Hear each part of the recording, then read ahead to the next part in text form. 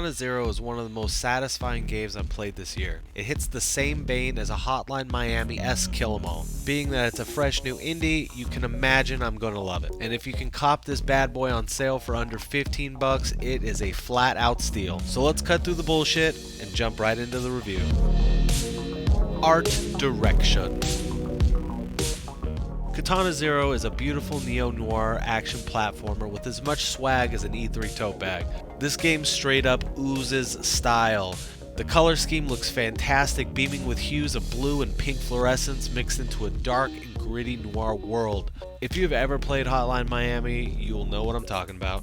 The style is 16-bit, but I'll have to say it's probably one of the best looking 16-bit games I have ever played, and I played a lot. Everything about the game just looks right. The scenes have scan lines, they skip and pop like you're watching an old VHS tape. They nailed it, to be honest. The only thing in the entire game that looks out of place is the main character himself, which is just weird enough for me to completely enjoy. This game has so much style, I felt like I should be playing it in an all-white suit with some fly aviators on while smoking a cigar. Mechanics. Okay, so what can Zero do? To sum it all up, he can jump, attack, wall hop, slow down time, dodge, throw an item, and hit the bullet back to the enemy. The mechanics in this game are pretty tight. Everything happens right when you want it to, no more, no less. Which is perfect considering if you get hit once, you're gonna have to do it all over again. The cool thing is, when you're done with a section of the game, you get to watch it all over, minus, the slowdown in time, so it looks flawless and fluid, and to be honest, makes you feel pretty badass. Story. The story is one of the most surprising delights of the game. Without spoiling it completely, you play as a ninja assassin in a run-down city called the 3rd District. What you know for sure is you kill people for a living, you have a terrible memory, and you gotta see your shrink and get your medicine. Oh, and that you have the worst neighbors ever. The vast majority of the game is rich with ambiguity as you slowly piece together the answers to all your questions. Like, who am I working for? Why can't I remember anything? And who is paying my shrink?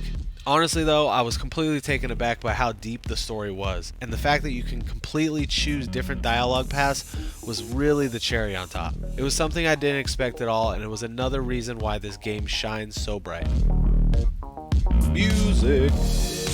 Man, when I think of a word to wholly describe the soundtrack of this game, the first word that comes to mind is delightful. Very Neutron-esque, the music style is a synthwave electronic, and it does an amazing job of guiding you through the different sections of the game and making sure that it just feels right. The soundtrack knows when to get you pumped when it's time to cut through a few dozen bad guys, and slows things down when you need to pay attention. In fact, one of the DJs is actually in the game. That's pretty cool, huh? The soundtrack made playing the game even more fun, and it set the tone of the game perfectly at all times. Cha-ching value, baby. The total value of the game was right on the money. For 15 bucks, I got a game that I can beat in about 5 hours and 100% in about 12. That's pretty good, not to mention that the replayability of the game is extremely high.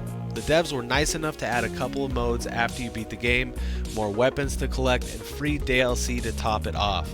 Personally speaking, I have gambled my hard-earned cash on a ton of indie games at this point, and I take a lot of losses regularly. That's just the way it is, but this game actually makes me feel like I got more than I paid for. The verdict. Katana Zero is one of the best indies I played this year. I really enjoyed every second of it. Honestly, the game was such an outlier due to how good it was, I felt refreshed while I was playing it.